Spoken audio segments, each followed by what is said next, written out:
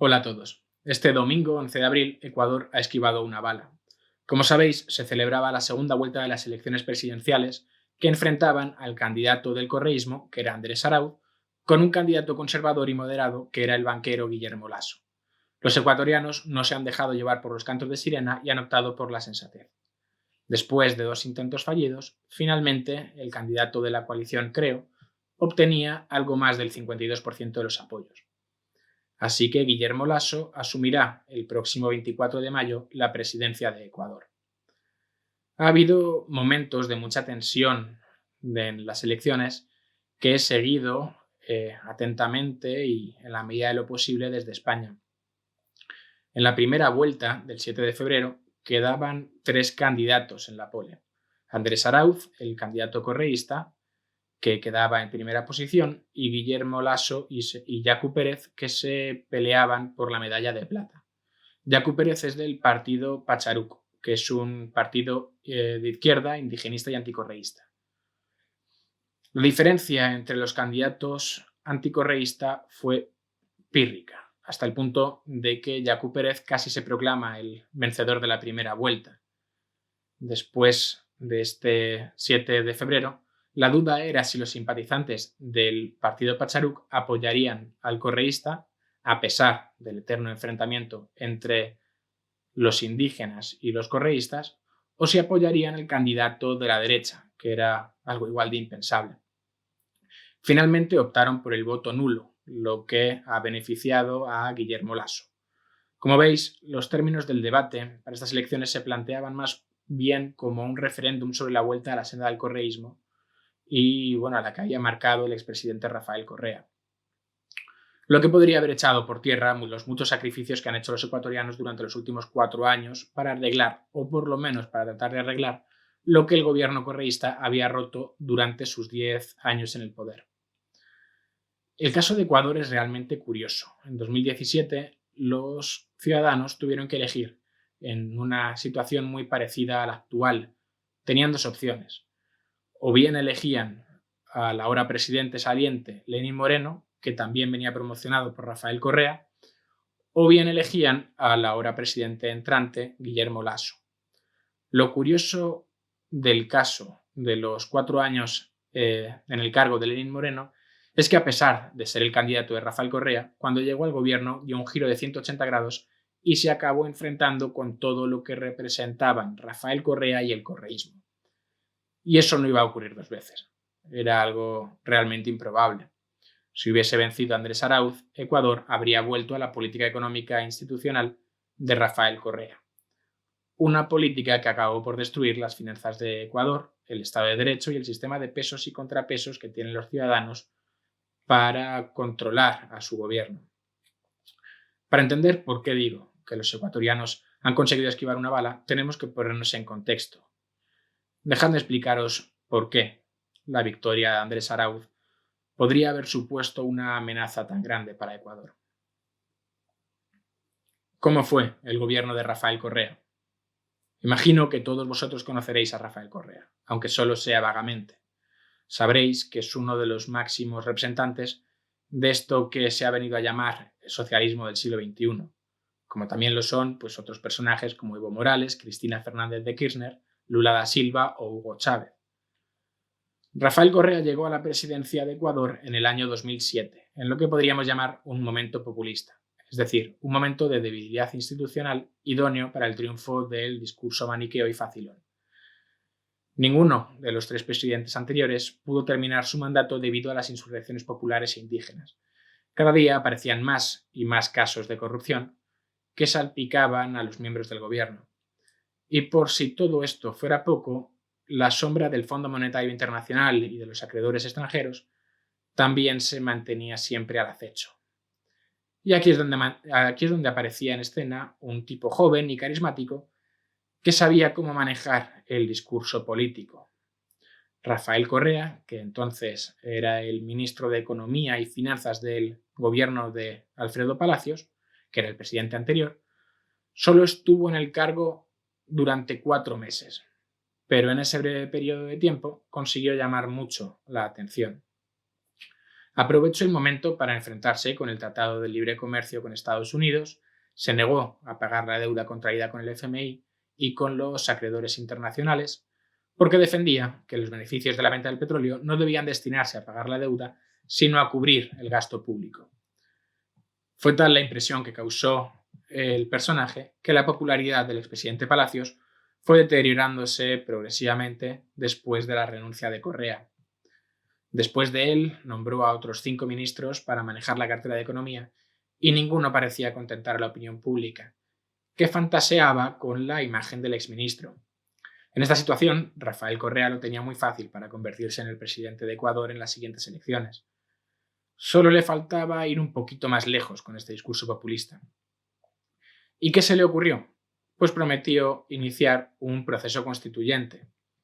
Es el ABC del discurso populista. Lo estamos viendo ahora en Chile y también en Perú, y ya lo vimos en su día en Bolivia y en Venezuela, como si una nueva constitución fuese a solucionar todos los problemas. Imagino que todos sabéis cómo funciona este discurso. Es decir, la nueva Carta Magna permitirá la verdadera democracia y la verdadera voluntad popular. Los ciudadanos tendrán una verdadera voz y participación en la toma de decisiones y en el control de sus representantes. Lo mismo de siempre, apelar a un pueblo bondadoso y humilde atormentado por una élite política corrupta y servil a los intereses extranjeros. En mayor o menor medida lo estamos viendo y lo hemos conocido todos y cada uno de nosotros en nuestros países. Esencialmente es un discurso que se basa en la división de la sociedad entre un pueblo entendido como un sujeto colectivo y abstracto que es el representante de la moral y que tiene una sola voluntad, que viene a encarnar un proyecto político que va a darle la vuelta al tablero, algo así como los últimos serán los primeros, y los primeros, los enemigos del pueblo, que es, como os decía antes, una élite política corrupta y servil, con los intereses extranjeros, vendrán representados por un concepto abstracto y que todavía nadie sabe muy bien definir qué es eso que llaman el neoliberalismo, que de neo no tiene nada, por cierto. Es decir, lo que no entienden es que los que venimos a suscribir la doctrina liberal, los mal llamados liberales, lo que tratamos de evitar es que pase precisamente esto que pasó en Ecuador, que es que un presidente asuma todos los poderes del Estado y empiece a violar los derechos de sus ciudadanos. Pero bueno, el resto es historia. Correa llega a la presidencia el año 2007 y la mantuvo hasta el año 2017. Es decir, que estuvo en el cargo durante 10 años. Y en estos 10 años puso en marcha lo que él llamó la Revolución Ciudadana, que también es otro de estos tópicos de la izquierda populista, pues como llamar revolución chavista o cuarta transformación a un gabinete de gobierno, que hay que ser narcisista para ponerle estos nombres orwellianos a un gobierno, por cierto. En resumen, y aunque en cada sitio se llame de una forma diferente, estas revoluciones siempre son lo mismo, es decir, un proyecto de concentración de todos los poderes en torno al presidente. En fin, que Rafael Correa llegó al gobierno e inició su revolución ciudadana con el proyecto constituyente, pero no como un proyecto constituyente serio y democrático, más bien un proyecto constituyente al estilo chavista, es decir, creando una asamblea constituyente a la que le da todo el poder legislativo mientras se declara al Congreso en receso, es decir, sin poderes. Lo que esencialmente hace que el presidente empiece a controlar de facto el poder para crear las leyes que más le convengan. Nada más llegar al Palacio de Carondelet, que es la residencia del presidente de Ecuador, anunció el impago de la deuda, lo que evidentemente hizo que aquellos inversores nacionales e internacionales que tenían bonos del Estado se deshiciesen de ellos en estampida. La deuda de Ecuador perdió de golpe todo su valor, lo que posibilitó que Correa comprase todos estos bonos tirados de precio. Es un movimiento muy usado y bastante inteligente, a decir verdad, por lo menos en el corto plazo. En el largo plazo traería consecuencias muy graves, pero bueno, eso luego lo veremos. El correísmo también se caracterizó por un ataque constante a los medios de comunicación que no comulgasen con su proyecto. Otro triste tópico de la izquierda populista. Como la información es un buen público, el Estado debe regularla. Entonces, es lógico que para evitar que los intereses privados propaguen mentiras, el Estado debe nacionalizar todas estas empresas para crear medios de comunicación públicos, es decir, afines al gobierno.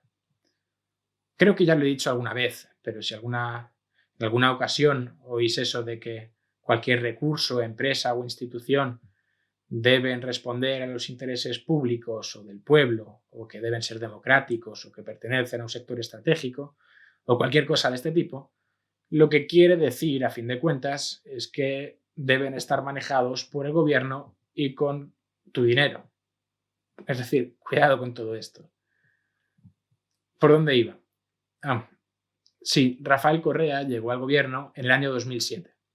Es decir, es en ese momento donde los precios de las materias primas alcanzaron máximos históricos por la gran demanda china. Es lo que se conoció como el boom de las commodities. Y si esto de que el precio de las materias primas estaba disparado, lo estaba mucho más en el caso del petróleo, que es una partida importante en el caso de Ecuador. Evidentemente no tanto como en el caso de Venezuela o en el caso de Guinea Ecuatorial, pero sí que es una partida muy importante, decisiva. Y cómo no, como buen populista, Rafael Correa empezó a gastar y a gastar como si no hubiera un mañana, para crear una inmensa red clientelar con la que compraba la simpatía de los ecuatorianos. Otro triste tópico de la izquierda populista. Estamos hablando de que durante su gobierno el gasto público se duplicó. Pero claro, como siempre ocurre, cuando haces que toda tu economía dependa de la exportación de una sola materia prima, pues cuando el precio de ese producto cae, pues todo el sistema que te habías montado se va al garete. Es lo mismo que pasó en Venezuela, bueno, y en cualquier otro país afectado por lo que se conoce como la maldición de las materias primas. En aquel momento maravilloso en el que el dinero caía de los árboles, vimos la edad de oro del socialismo del siglo XXI. Y no es por casualidad, tipos como Chávez, como Correa y como Morales hacían políticas de redistribución sin que nada ni nadie pudiese ponerles freno.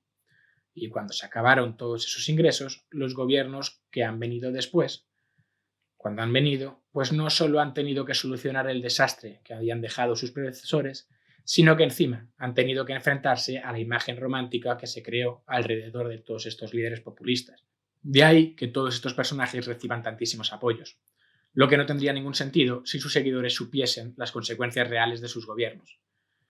Estos gobiernos funcionaron muy bien cuando había dinero que les robaban a otros o dinero que salía de vender productos a un precio inflado. Ahora, cuando no tienen ese dinero porque no hay nadie más a quien robar y porque el producto que ofertan ya no hay nadie que quiera comprarlo, pues no pueden repartirlo como si fueran caramelos. Si me permitís, voy a hacer un apunte que tiene muy poquito que ver con el asunto que estamos tratando. Hay otro problema económico que viene con esta maldición de las materias primas. Recolectar, recoger o cosechar commodities no es un trabajo que necesite demasiada capacitación. Y ahí es donde está precisamente el dinero, en la capacitación, en el valor añadido que da la especialización y la educación. De ahí que, por ejemplo, para hacer un neumático, puedes comprar toneladas de caucho por ejemplo, a trabajadores brasileños y se lo pagas al trabajador brasileño a un precio muy bajo. Simplemente porque hay mucha gente que está capacitada y dispuesta a recoger caucho. ¿Pero dónde está realmente el dinero? Pues está en Alemania o está en Japón, que son los países que se encargan de diseñarlo y fabricar el producto final, que es un trabajo para el que necesitas muchísima más capacitación y muchísimo estudio. Y que hay muy poquita gente en el mundo que sea capaz de hacerlo.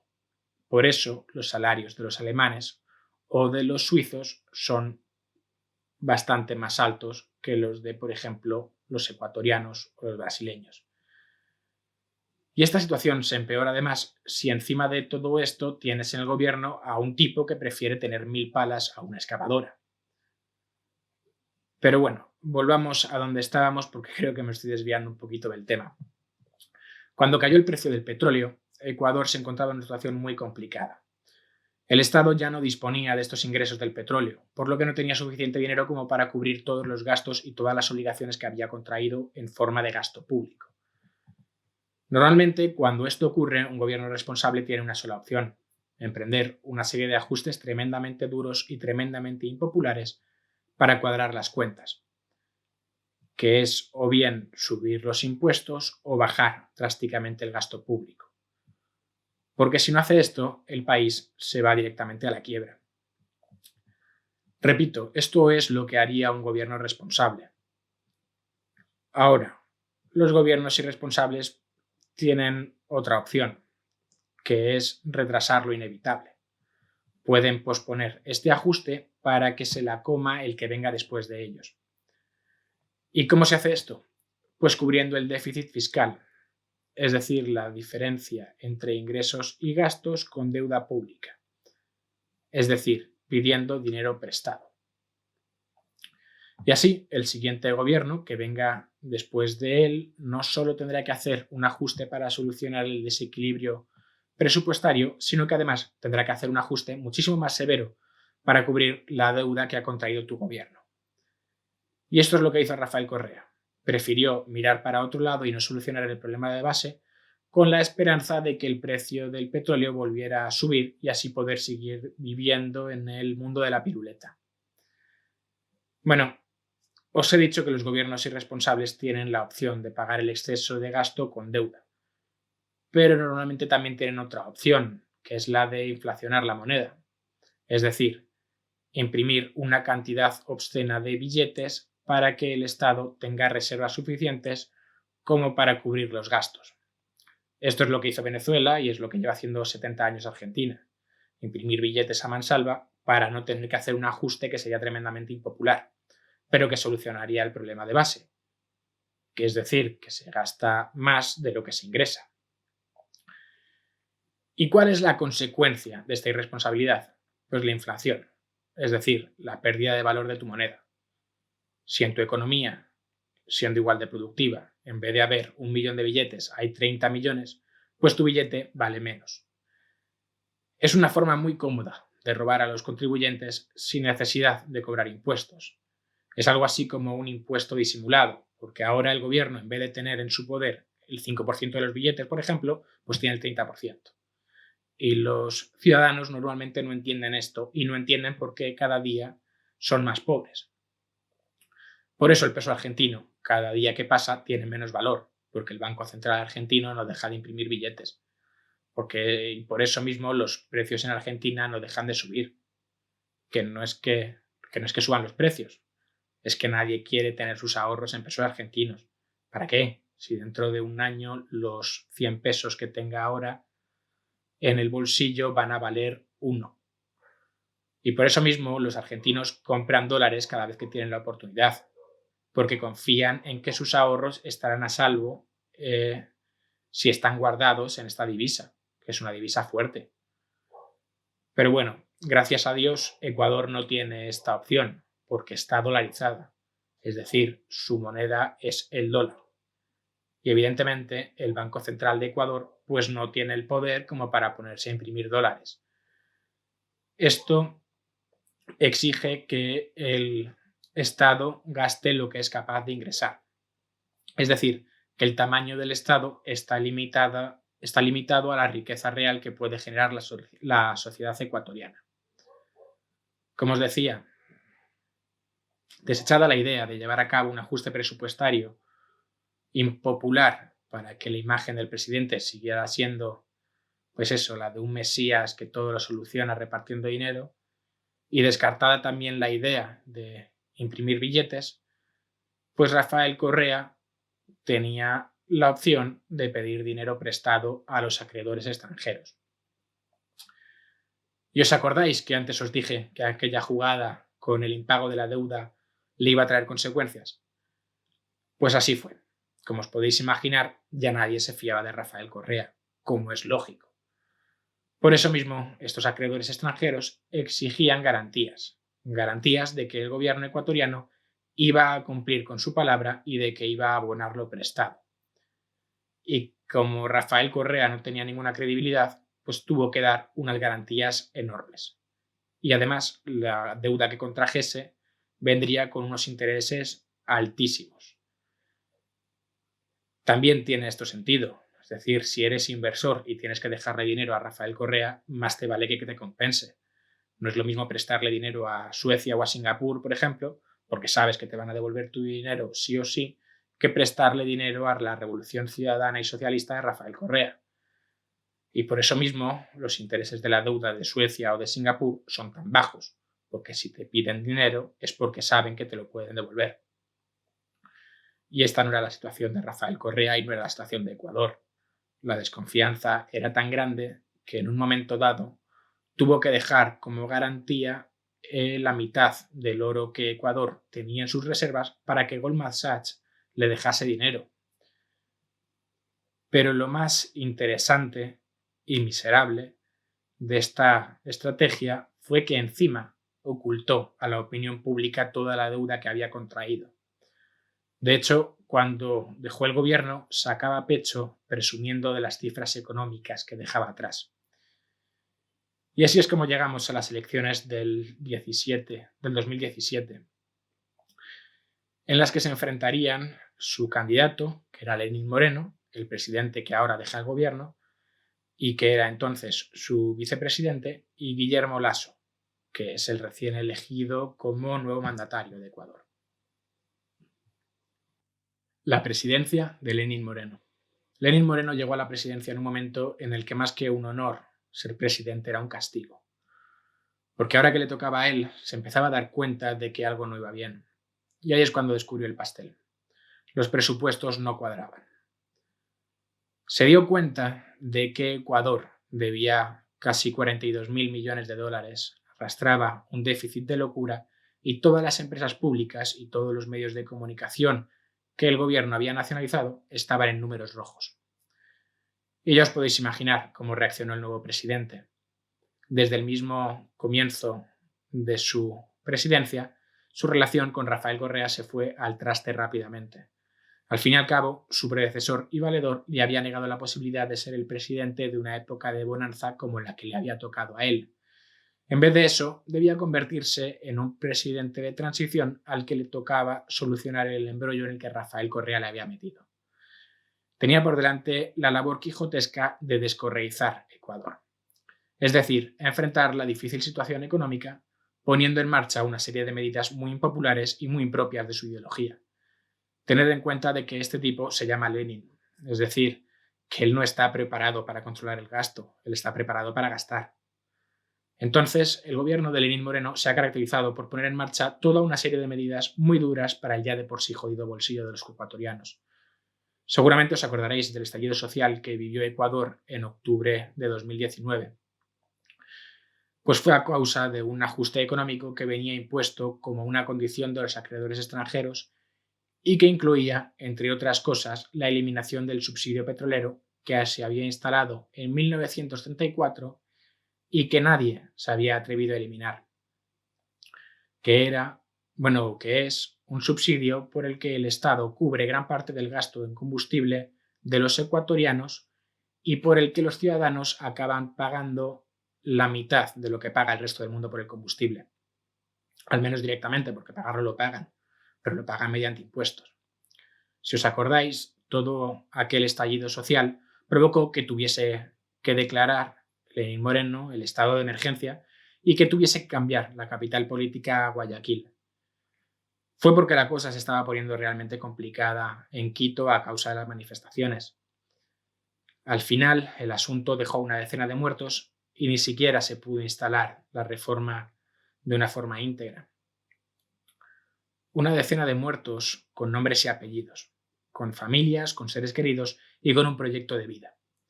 Estas son las consecuencias reales de llevar al poder a un narcisista miserable e inepto que dejaría que violasen a su abuela con tal de mantenerse un poquito más en el poder.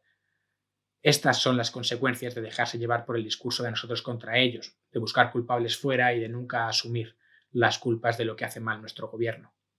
Y este es el problema que tenemos todos los países hispanos, que tenemos una especie de fe en el que el paternalismo estatal va a venir a rescatarnos y a solucionar todos nuestros problemas.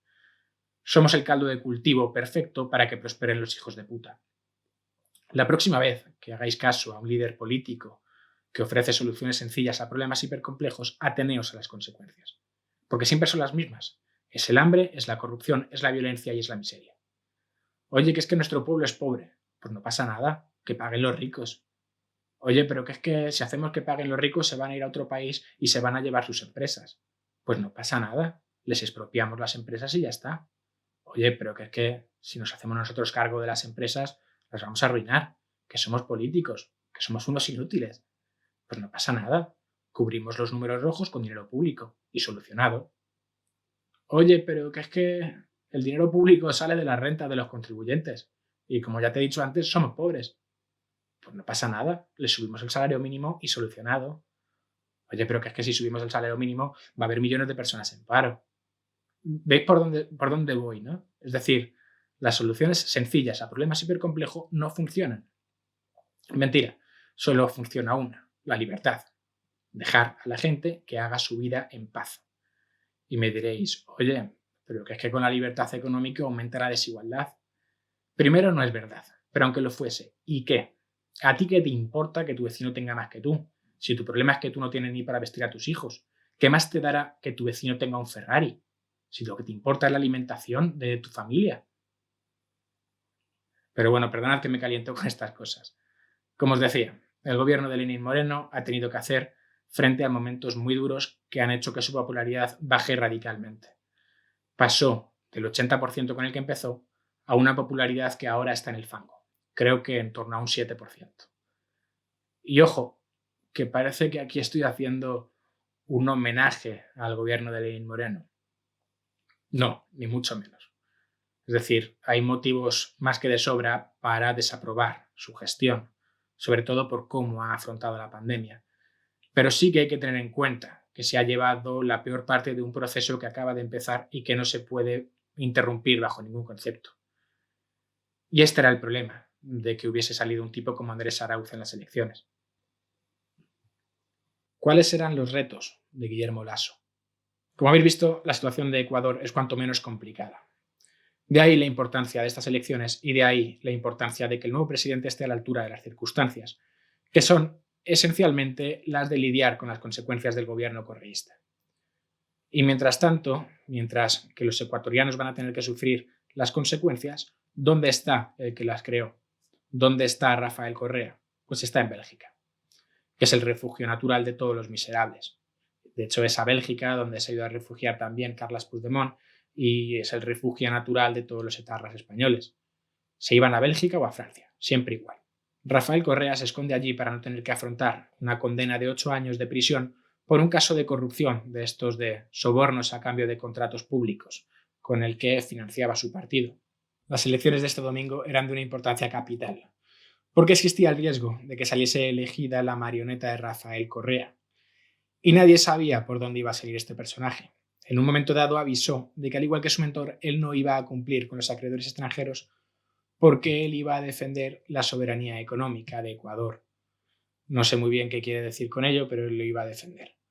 Dejó caer también, de una forma muy poco sutil, que si llegaba a la presidencia iba a indultar a los presos correístas. También estaba ahí la amenaza implícita y latente de que incluso pudiera atacar a la dolarización, que, como os decía antes, es el motivo por el que Ecuador no ha vivido ningún proceso inflacionario en mucho tiempo, precisamente porque personajes como Rafael Correa o como Andrés Arauz no tienen el poder de prostituir la moneda. Gracias a Dios, los ecuatorianos han elegido a Guillermo Lasso. Lo digo con optimismo, no porque yo tenga una simpatía especial por este hombre o porque crea que va a solucionar todos los problemas de Ecuador. Ojalá, pero creo que no. Si soy optimista es porque los ecuatorianos han esquivado la bala de volver a la senda del correísmo y han demostrado que tienen la madurez suficiente como para no elegir a un candidato correísta.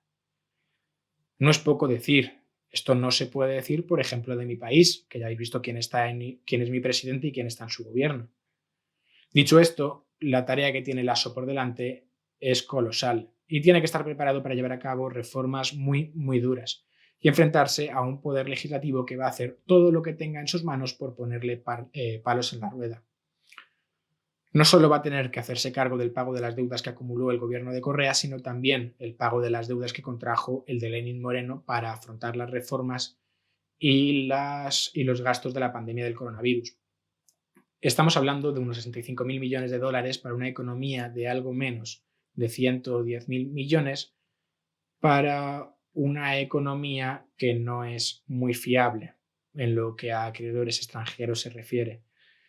Y todo esto, además, cuando seguimos metidos en medio de la emergencia sanitaria de la pandemia del coronavirus, con la paralización económica que eso implica. Si hace bien su trabajo, Guillermo Lasso acabará siendo muy impopular, incluso odiado. Pero a cambio, Ecuador estará listo para mirar al futuro con optimismo, y los ecuatorianos tendrán la oportunidad de alimentar y cuidar a sus hijos como se merecen. Si por el contrario elige ser un líder popular y que caiga bien, bueno, no solo no lo va a conseguir, porque los que ahora le odian le van a seguir odiando pase lo que pase y porque tampoco tiene el dinero como para comprar sus simpatías, sino que es que además Ecuador estará dentro de 4 años en una situación mucho peor de la que está ahora. Así que lo dicho, esperemos que Guillermo Lasso esté a la altura del Ecuador que se encuentra y esperemos que los ecuatorianos estén preparados para unos años bastante complicados. Bueno, al final me he extendido bastante. Quería hacer un programa más corto, pero es que este tema tenía mucho jugo. Espero que podáis entenderlo y espero que podáis entender también que este vídeo no tenga muchos efectos, ni imágenes chulas, ni nada de eso. Primero porque soy un inútil en la edición, pero también porque quiero sacarle cuanto antes el vídeo. Y nada, nos vemos en la próxima. Por cierto, acordaos de dejar vuestro like y vuestro comentario, porque ya sabéis que para posicionar el vídeo en lo alto tenemos que jugar con las reglas del algoritmo de YouTube. Si queréis suscribiros a mi canal, también os invito a ello. Y hasta luego. Espero que nos veamos en la próxima.